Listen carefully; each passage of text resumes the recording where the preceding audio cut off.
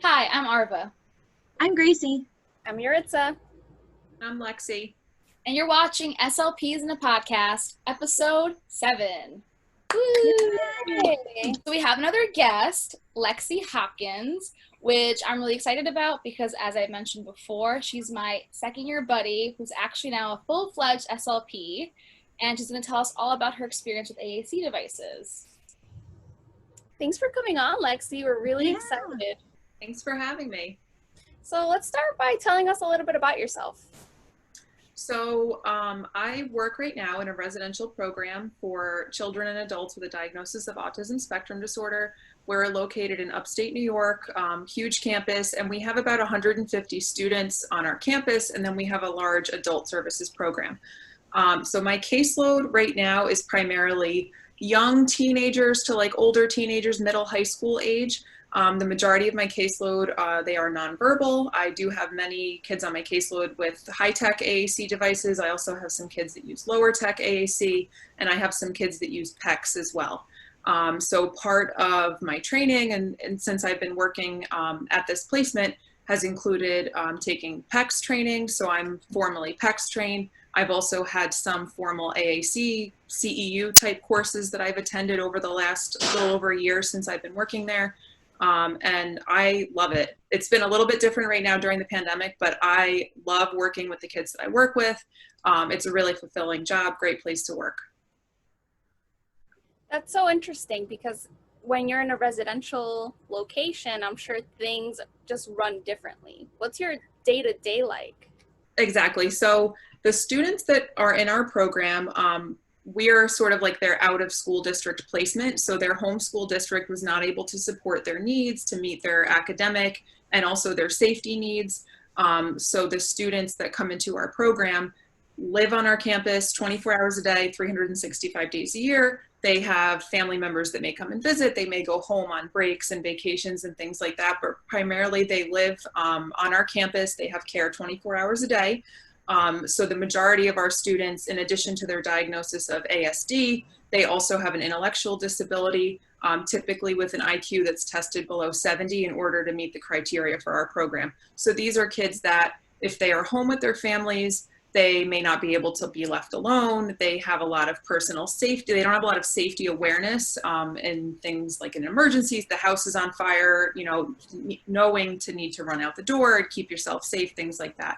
And the majority of the kids on our campus are also nonverbal. We do have some kids that are verbal, and we, you know, work on the skills that they do have to best support their ability to communicate however, you know, whatever works best for them. But it's a pretty big campus. It's their home. So we have a pool, we have a rec center, we have a gym, in addition to the separate building that houses the school. So it's kind of like all one big, really nice outdoor campus, lots of buildings, lots of staff. It's, you know, beautiful grounds, nice places to walk. So it's a really great place for the kids that live there. So day to day, typically I'm in the school building. School day runs like 8 to 3, like any other school. The kids come up from their house on the campus into the school building. They go to their classes and they have their regular school day where they receive their related services. So speech, OT, PT, if they need it.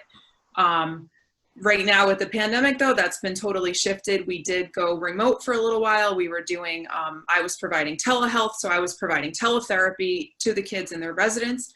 And then I was also doing sort of like a distance learning, remote learning, where I was providing work that I wasn't doing hands-on with the kids, but sending to the staff that was working with those children to be able to continue to support the generalization and carryover of skills that we worked on during the school year before school closed.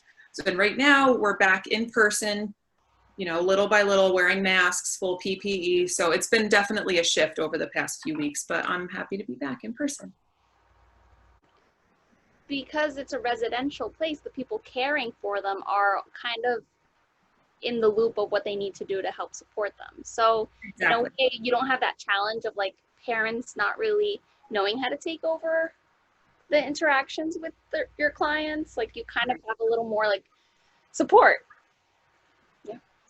Yeah, Right. and we do a lot of hands-on training. So going down to the residences where the kids live to be able to do trainings hands-on to support all of the staff that work with the kids to make sure that kind of like everyone's on the same page with what we're trying to do. Oh, that's really interesting.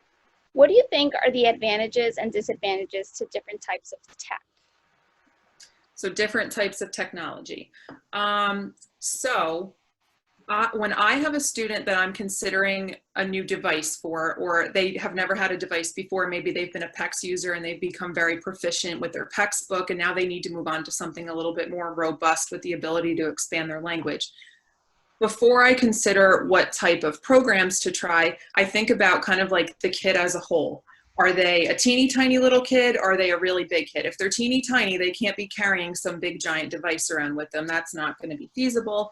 I look at things like their ability to access a screen. Do they have any interest in a tablet or screen, or are they just more content with something that's like a mid or low tech that doesn't have an interactive display?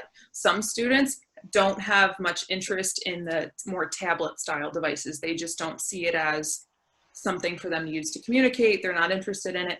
So I kind of also look at what they're more interested in and what they would lean towards. And then I also take into consideration any coexisting interfering behaviors that that student may exhibit. So for example, if they're a student that tends to swipe everything off their desk, a $5,000 device that isn't that durable can't be swiped off the desk 10 times a day because it's going to be broken, and then it's no good to anyone when it's not working. So I kind of take all that into consideration, their physical size and their ability to access any type of a high or low tech device, but then also what the whole day will look like, not just during the 2 30-minute sessions a week that I may see them, but the rest of the school day. Is this something that they're going to keep on their desk, or is it going to go flying through the air? Are we going to try to put it in the garbage can? Things like that. So once I kind of, have gone through those options of what might be the best fit, then I start actually trialing something that I think might work, and then kind of adjust and go from there depending on how it works out. Wow. That's pretty much what we should try to do with any case, right? Look at the bigger picture and kind of paint a picture of the client. And so that still applies to someone who's nonverbal using some kind of technology to communicate. Dave, do you have a favorite device to work with? I do. The ProSlate 10 with Touch Chat. It's near and dear to my heart. I think, okay, so the ProSlate, I don't have one that I could bring home, but it's built on a standard sized iPad. So the ProSlate 10, I think, is the perfect size for like teenagers and as we get older into adulthood, because it's about the size of an iPad.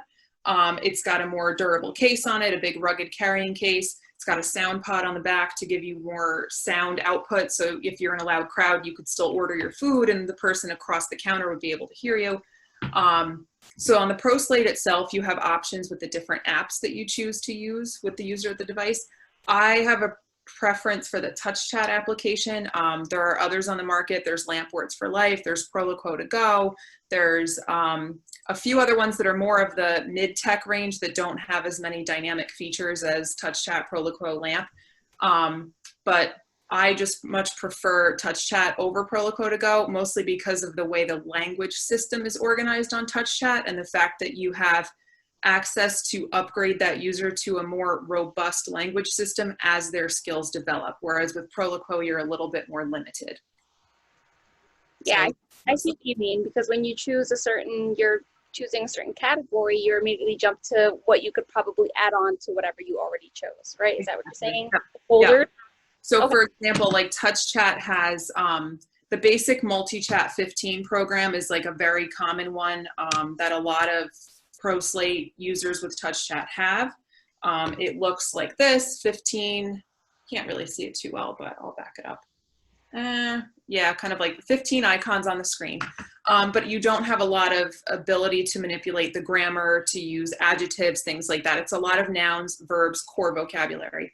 Once you have someone that's super proficient with using this, there's an option to upgrade them to the multi-chat, but it's got like the word power program behind it. So it looks and feels the same to them, but now when they go to their page to pick out their food or to pick out what clothing they want to wear, suddenly they have much more, little options along the side of the screen to change the noun into a plural, to make a word possessive, things like that, to continue to teach them those skills as we would learn language ourselves when we're young. That's great. And everything that you were just saying was kind of bringing back memories from our course in AAC. Like everything sounded so familiar, but I was wholeheartedly expecting you to be like, the Tobii Dynavox is my favorite device to work with. No. No? No, really? I will tell you why, my honest review about the Dynavox. Because, so before I accepted the position as an SLP at the place that I work right now, I worked there part-time while I was in graduate school. And my job when I was there part-time was to help fix and edit the communication devices when something went wrong. So when a student needed a new page added, or the device fell off the desk, there was a crack in it, it needed to be sent out for repair. The Dynavoxes took forever to be replaced. I had the worst time getting in touch with tech support when anything went wrong. And when I would get someone on the phone with tech support, often the troubleshooting over the phone would end up being like a 90-minute phone call. And at the end of the 90 minutes, it wasn't resolved and the device still had to be sent in for repair. Meanwhile, with the ProSlate or the NovaChat type devices that come from other companies, you can have tech support on the phone within 5-10 minutes. If they don't have a quick answer right over the phone, they give you a return number and they want it to come in for repair. They offer loaners to send out to you to use in the meantime. So as an SLP now, where you have a caseload with your mandates, I don't have 90 minutes a day to spend on the phone with Dynavox. Yeah. You know, that's just for me, like not very realistic to be, you know, like, oh, now at the end of the day, I saw my kids, I did all my billing notes, my paperwork is done, I have meetings, and now I have to spend the last hour and a half waiting for Dynavox. So that was, you know, there are people that have Dynavoxes that love them, that use them. They are very durable when they're working, but when there is an issue with them, it was just very challenging to work through those issues. Students need to be seen during the day. Billing notes need to be entered within 24 hours. There sometimes just aren't enough hours in the workday to plan on troubleshooting AAC devices that should be working for the price that they cost. There's also, you know, a Dynavox is very expensive, and then when something goes wrong, you know, it's just very labor intensive for the SLP to get fixed. So valuable time that you're the stuff that's very easy. Have their device. Exactly. And since we were talking about devices and the resources that you kind of use with that device, can you tell us about some of your favorite resources or apps that you like to use? Yeah, so I love the Touch Chat app. I often use it with my kids that are PEX users, and I open up a screen that just has yes and no on it, just to get them used to kind of like the touch and feel of having some verbal output behind what they're doing during our session. I also really love the BoardMaker website. So BoardMaker Online, it used to be the CD like that you'd actually install on the computer, but boardmakeronline.com is wonderful. Like kind of around the beginning of the pandemic, we started using a new website that was new to us.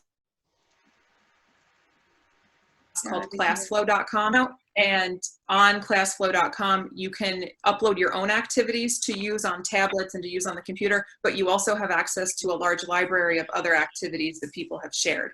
So that was a great resource. I really love that. And also, I mean, teachers pay teachers, but everyone loves that website. So yeah, but ClassFlow has been a new find, at least for my department, very recently. We've all been liking that website. That's great. Never heard of them before. I kind of want to go check them out now. Yeah. All right, and so the next question that we're going to ask you is my favorite question to ask. How do you use your AAC devices with your clients regarding feeding? How do you use it in a feeding session? Sure. So when I started working at the school that I work at now, there was a feeding program that had started, and I was interested in being one of the providers. So my job sent me to the SOS conference last August. So it did not cost me anything. It's wonderful. So they really support our continuing education. So I'm SOS trained. We started a feeding program, and this fall we're anticipating having the program with a student that is an AAC user. So my plan for him, and what I've already started kind of like making notes for and prepping on my end, was to make sure that on his device he has pages with options that contain the vocabulary that we'll be using during the sessions. So during SOS, we'll be using a lot of adjectives, talking about a lot of colors, textures, tastes, feels, shapes, things like that. I want to make sure that he has access to all of that on one page. I thought about calling it like the food school vocab page, so he could navigate to that page and then have access to that, including things like I like this, I don't like this, just so that he's able to voice, what he's thinking and how he's feeling. So that was my plan, going forward. Things got pushed back a little bit with the pandemic, but that's my plan. I think that's so great because I think that we underestimate the power of communication when we're feeding as well, and just eating. I think it's such an essential thing for us. When we have dinner, when we have lunch, we're communicating. Exactly. Breakfast, we're communicating. I want to be able to communicate how I feel about the food, and I think that's great that you have the vocabulary set for him. Yep. That's amazing. And I'm interested because I haven't used an AAC device with a feeding session before, but I have, simulated language, so it sounds very similar. Yeah. Next question. So how do you manage behaviors during training? So at the school that I work at, we use a lot of positive behavioral supports. So we try to be very proactive in anticipating how that student may react in different situations. So we work pretty closely with the clinical department. So we have some board certified behavior analysts that are assigned to different classes and different students that work continuously to come up with resources that we as the staff working with those kids can read and learn to understand what might be an early warning sign for that student. So for that particular student, if they start humming, does that mean that they're getting, upset about something, or that they're seeking an escape from that activity? So we try to learn our students and really get to know them very well to anticipate what we may need to do to best support them. So for example, some students do really well using a first then visual. Some students do really well with a token board. Some students need a reminder of what the expectations are. So I need to have safe hands, I need to have listening ears. So it really just depends on what will work best for them, but we use a lot of visuals. So their desk might have visuals taped right onto it. We carry our token boards with us. I have first thens, I have sentence strips. So I keep a lot of those things handy and work with that student's behavior analyst to kind of just have a good idea of what we can do to anticipate their needs to be able to hopefully prevent any behaviors from escalating during sessions. And have you, I know this is going to go back to feeding, but have you considered doing contingent reinforcement with feeding, like 2 spoons or like 1 lick, then your favorite show? Has that been an idea? So the program that we've done, we try to follow the SOS protocol pretty much as it's written. So we have our hierarchy set up with the different foods that we're presenting. We start with food number 1. It's always a highly preferred food. And then we have usually 11 or 12 foods chained off of that. There are no other reinforcers. We don't bring YouTube videos in. We don't bring any preferred toys, nor do we bring any other preferred foods aside from food number 1. So food number 1, they get their potato chips, and then we move on to like the baked tater tot. And then, we move like through our hierarchy. And the minute a student starts to get either a little bit, just appear like they're a little bit agitated or not liking one of the items, we encourage them to interact with that item where they're most comfortable without pushing them too much. And then we move on and introduce the next item, and don't make a big deal out of what they were starting to have a behavior when they saw or had to interact with. And we never force them to taste anything, kind of just following the tenets of the SOS program. So we don't introduce any other reinforcers. And then after the session, their food school session is done with us. They go back to their classroom, and they don't see us as, like a speech person that gives them their candy during their sessions. It's very different during the feeding sessions. They don't see us as like, oh, she has a snack cabinet, I'm going to go get my gummy bears, I'm going to sit and do my speech work. So it's kind of interesting that they learn that we play a different role when we're doing the feeding therapy sessions. It's interesting. Yeah, thank you. All right, so our next question, what is the hardest part about training a new AAC device? Is it the training family members? I know it's a little bit different in your case because it's residential. So is it training the staff? Is it the kid themselves? What's the hardest part about the training process? It's definitely getting the buy-in from everyone else that works with that kid, because we will remind them that we're only with them twice a week for 30 minutes, maybe 3 times a week for 30 minutes. And then any other times that we're in their classroom, of course we're there, we'll interact with them with their device or their system. But we really work with the teachers, the teaching assistants, and then down in their residence, the residential staff, we go to the house and do trainings and really try to kind of remind the staff that the same way that a young child that's learning to speak for the first time will only continue to learn the more that they're exposed to hearing language. So for our students that get devices, they learn through babbling on the device. So a lot of times we hear like, oh yeah, he has the device, but he's just stimming on it. He's just pressing the same button. They like to hear the same sound. That's how we learn where things are though. So a little bit of that is okay and to be encouraged. It's when it becomes that it's interfering with your school lesson. And then it's the same thing we would say to a verbal student. You need to have a quiet mouth during morning meeting. You need to have, like we would say to the kids with devices, you need to have a quiet mouth during the morning meeting. We're not going to play around on the device until it's our turn to raise our hand and answer a question. So kind of just teaching the teachers that these kids with devices should be given the same expectations as your students that may be verbal. So encourage them to still be quiet with their hands folded when it's not their turn to speak. When it is their turn to speak, encourage them to go right onto that device and answer their question. So it's definitely getting the staff buy-in because we have that just limited time with those kids. And the more time we spend with them, we can make great gains with them during individual therapy sessions, but that doesn't generalize necessarily to all of their environments unless other people are using that device across all those settings. So we do a lot of trainings.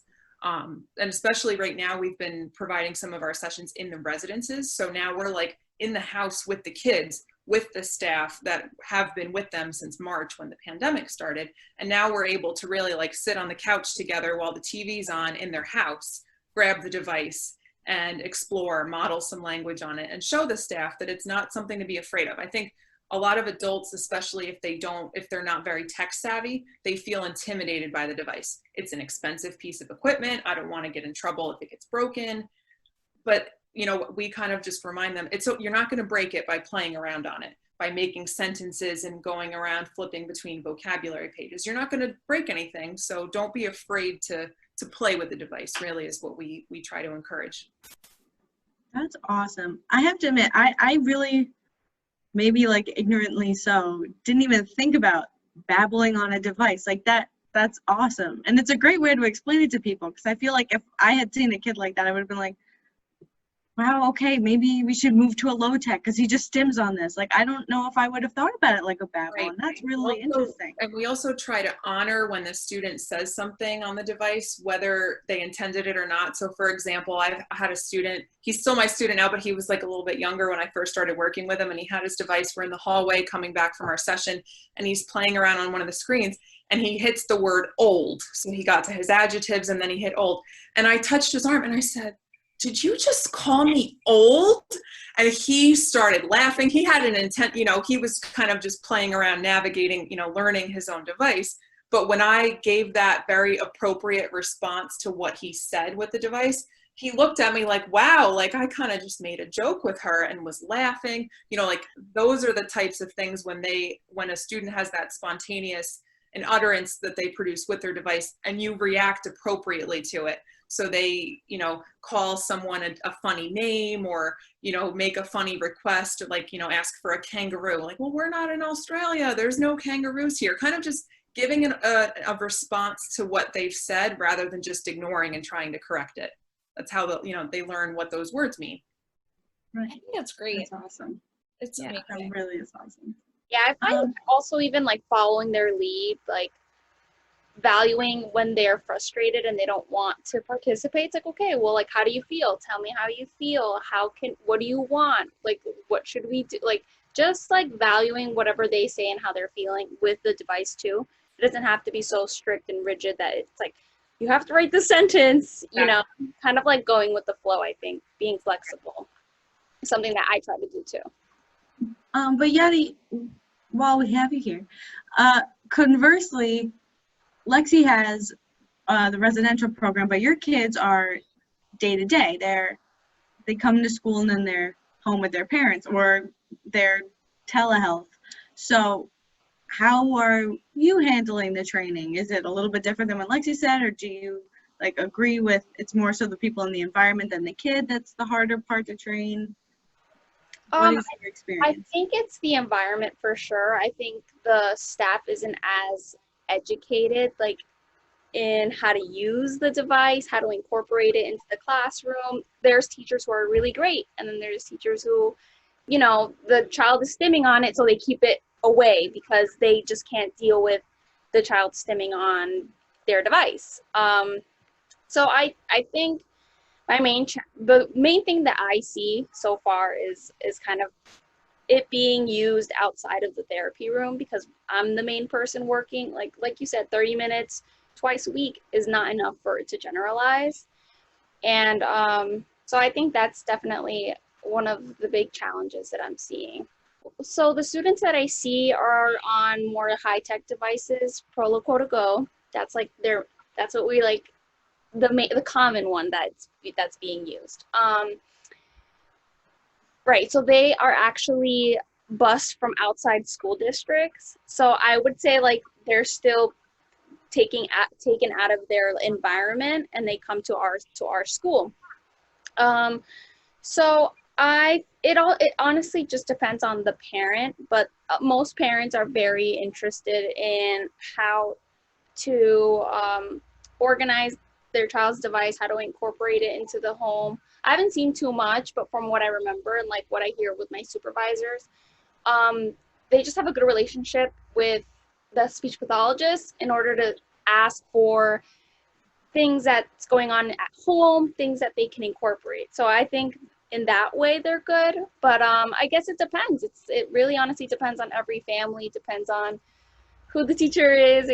It's just hard. It's not a universal thing that's known that this is their communication device and this is how they speak, and we need to honor what they say and incorporate it into their daily lives. Like, that's still like a work in progress, I think, especially in public school districts where it's just not as pushed. I think my school district is good, but I think that there could definitely be more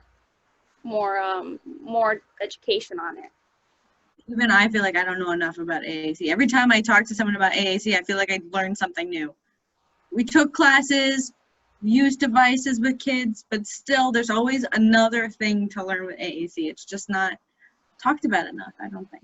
And I think the most important part is like the advocating for AAC devices. Like, I've experienced, in the hospital placement, like having to advocate for one of my patients to have a low-tech communication board and then getting the staff input in to actually use it, because he was nonverbal completely as a result of like different neurological deficits. But I feel like advocacy is like our strength in this profession. I feel like we need to use it more often. And so courses on just advocacy and like honoring your client and your patient, your students' words, and being able to like take any little mistake that happens even on the device, like to make it a lesson. So I don't know, but I thought that was great.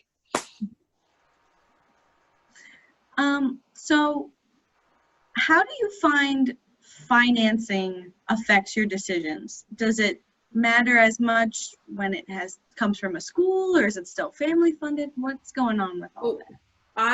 If I'm seeking a new device for a student, I will typically try to go through their medical insurance. So whether it's Medicare, Medicaid, private insurance, there are device like sales reps that are great to work with that will kind of walk you through the paperwork process. I do believe that they earn a commission off of the device once it is funded. So that's their incentive for helping you get the device funded. So basically, if a school district funds that device, they will require that the device come back to them when the student is 21 or graduates from their district. And a lot of times parents move, kids move school districts, then the district wants the device back. The new district doesn't have a new device set up yet. So it gets a little bit hairy when the district is the one that pays for the device. It also can take a very long time to get things fixed if the device breaks. And if the district agrees to fix it, it just may be a very long time before you get it back. When the parents buy devices, if they buy an iPad with a rugged case and put an app on it, parents are always welcome to do that. However, if the device gets broken like more than the 2 times that Apple Care will cover, they are out now the cost of a brand new iPad if that Apple Care warranty no longer will cover the repair that's needed. If it's in a case like this and just falls off of a desk or is slid across the table and falls off and the screen cracks, that counts as like one of the major repairs for Apple Care. So parents that don't mind paying for those repairs, that's certainly a great option. But Going through the elaborate and lengthy funding process with insurance is something that I have done, and it takes a while, and I did get a rebuttal, and I had to calm myself down before I wrote the answer to the rebuttal because I was not happy with what they said in the rebuttal. And I can touch on that a little bit more, but it's very rewarding when you finally get the notice that like Medicare, Medicaid, like Centers for Medicaid Services has agreed to pay for the $6,000 pro slate that you have been wanting for this student for a long time. And then 2 weeks later, it shows up on your desk, like all shiny and new, ready to set up. So that's very rewarding. Advocating for your patient, doing everything that you needed to do with all your trials, your data, your documentation, scanning the paperwork in, getting a script signed from the physician, like all this running around is so totally worth it when it is finally funded and the student's family paid $0. You know, like and now that student, that's their personal property. So just because they turn 21, like their school district's not going to come ask for it back. It's theirs through lifetime as long as the device lasts. If you want, I can touch on the rebuttal process with funding. Okay. Please do. So basically, when you submit an evaluation to have a new device funded through insurance, so whether it's private insurance, Medicare, Medicaid, there's a lengthy eval. It's like a 10 or 11 page eval. It makes what you did in grad school look short. It's going to be the longest eval you've ever written with the most specific information about what you've ever written. You need to include information in that eval about why other devices were ruled out. So why was a pointing book not appropriate for this kid? And you have to actually say, because someone needs to put the pictures in it, because the pictures get lost, because it doesn't have the ability to create novel phrases that aren't already in there. So it's almost like a template letter. You have to include all of the reasons that other systems were not appropriate. And you have to include a statement that because this person doesn't use verbal speech to communicate, that is likely not to change anytime soon. Because if the insurance company thinks like, oh, are they not using verbal speech temporarily because of some sort of medical diagnosis or injury? Or is this a chronic and stable sort of condition that they'll be in where they won't be using verbal speech spontaneously anytime soon, based on your professional opinion? So I submitted the lengthy eval. I had to get a script signed by the student's physician. I had to get chart notes from the student's medical record, whole bunch of things done. Now that whole packet gets reviewed by one of the insurance company reviewers, and they work for the insurance company. It's their job to save the insurance company as much money as they can. You also will never find out what this person's actual title was. So it's often not an SLP reading what you've submitted, which was the case with the one I got back like a month ago. So the rebuttal that came back said, this student has had a pro slate for 6 years, and it seems like all they use it for is to request what they want, answer some basic questions, and answer yes/no questions. Why should we buy another $6,000 device because this one's charging poor or whatever is broken? And I had to sit back for a minute, and then I started typing my answer, and I went like full Dr. Franklin, Dr. McHenry on my answer, and I used an APA citation for the ASHA Communication Bill of Rights, which I think really just probably sent them over the top. But I was not willing to go back and forth with someone that was not an SLP with continued rebuttals and responses to try to get a device funded.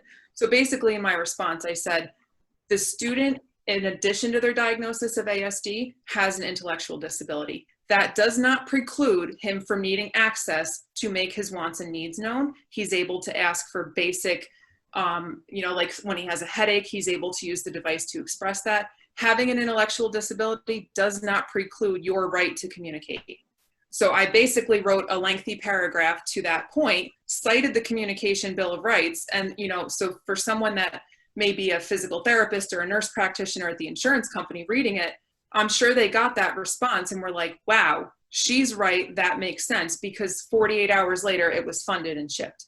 So it was things like advocating for, we are the expert. Don't assume that the person reading the eval making the decision about paying for this big $10,000 expense, if it's a device that needs to be mounted to a wheelchair, they get into the tens of thousands of dollars. Don't assume that the person reading your work is an SLP with as much knowledge as you. You are the expert, and it's up to us to really put in writing why this person not only deserves, but needs what you're recommending to be able to get their communicative wants and needs met.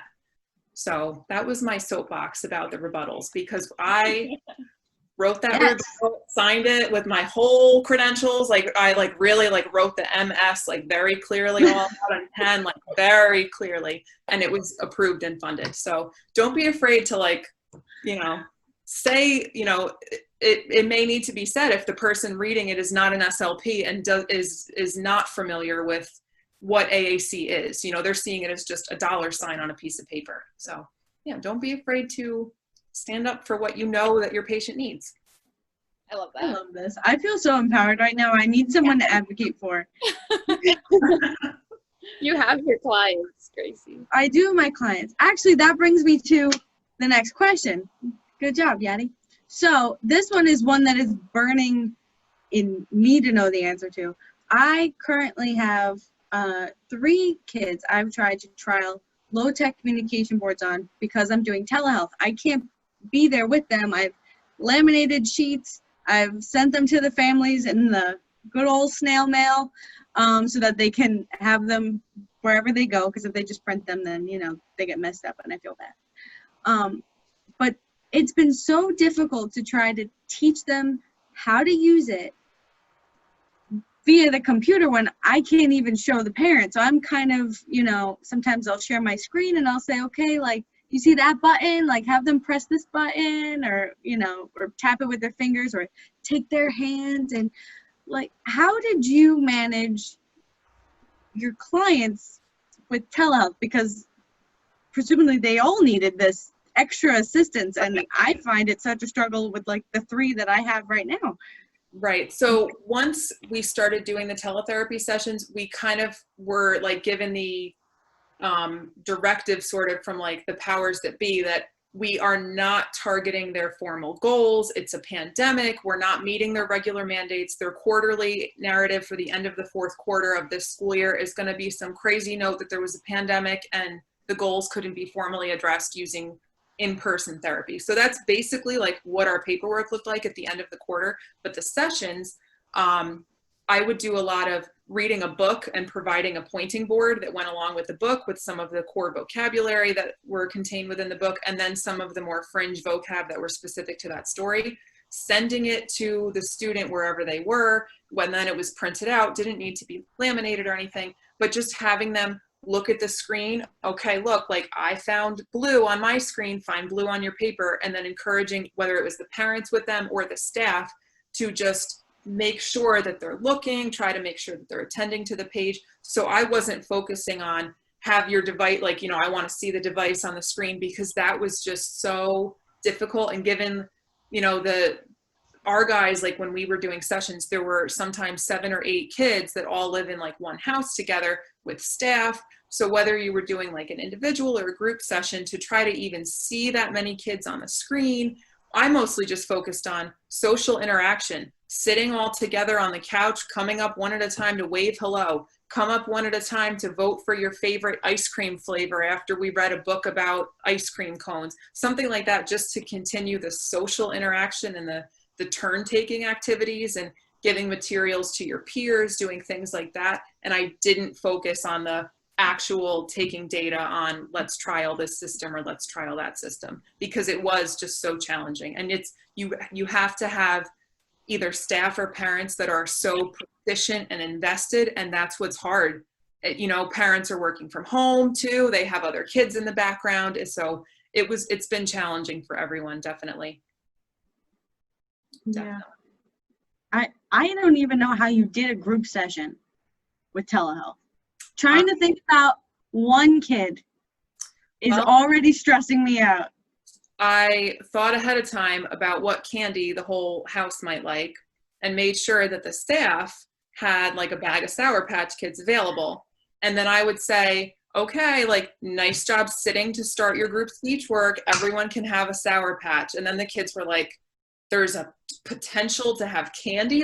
I'll sit here and listen to whatever book she's reading us. I'll answer whatever questions because I know that there's a reinforcer coming. So we really used just a lot of edible reinforcers, kept the sessions, kind of short, sweet, to the point, 25, 30 minutes. And, we were all done. just, to make it so that the kids looked forward to it every week. I would play music and I would have them up dancing in their living room. Like it was really cute, but I tried to make it a lot, easier, fun, a little bit different than what I would do traditionally in their classroom, pushing in. Well, those were all of our questions. Thank you so much, Lexi, for coming. I feel smarter already. Yeah, thank you so much for having me. This is a lot of fun. This was, and we learned so much information from you. I feel like, and I hope the listeners will agree as well, but I feel like everything you talked about was really important for anyone who's like joining the field, who's in the field already, and even just some students who are taking AAC courses right now. Definitely. There are also, like, for anyone interested in learning more about AAC, whether you're looking to go to grad school, in grad school, or you're an SLP now, there are a lot of courses that are either online, like webinars that are free, very inexpensive. A lot of the companies that make the devices actually offer free CEUs or like free interactive webinars on their websites, because they're trying to just get more awareness about their products, because if you're an SLP that knows about their products, you may result in them making some more money when when people buy them. So look online on like TouchChat, Proliquo, like the ProSlates, the NovaChats. There are a lot of free resources out there. Don't be afraid to jump into the world of AAC. It's not scary. It seems scary in the beginning, but it's really not. It's really not. Definitely learned a lot, and I definitely feel like I want to learn more. I definitely want to just like improve my skills. Look into those CEUs. Yeah, for sure. Definitely. For sure. I was writing like mental notes Uh-huh. the whole time. I was like jotting down to the side a couple times. Yeah. Thank you again, Lexi, for joining us today and talking about all things AAC. We all learned so much, and we hope our listeners really enjoyed this episode. Please tune in to next week's episode. It's going to be all things feeding. Please don't forget to follow us and subscribe on YouTube for SLPs in a podcast, and our individual Instagrams, Arva T SLP, Gracie Z SLP, and Yuritsa SLP, as well as the SLPs in a podcast Instagram page, where you can find out about new episodes and upcoming things and fun giveaways. Please pay attention to our page. So thank you again to Lexi for joining us on our episode. We hope that you had fun in the pod, and we hope that all the listeners enjoyed this episode and learned some more information. So thank you and good night, everyone. Good night. Bye.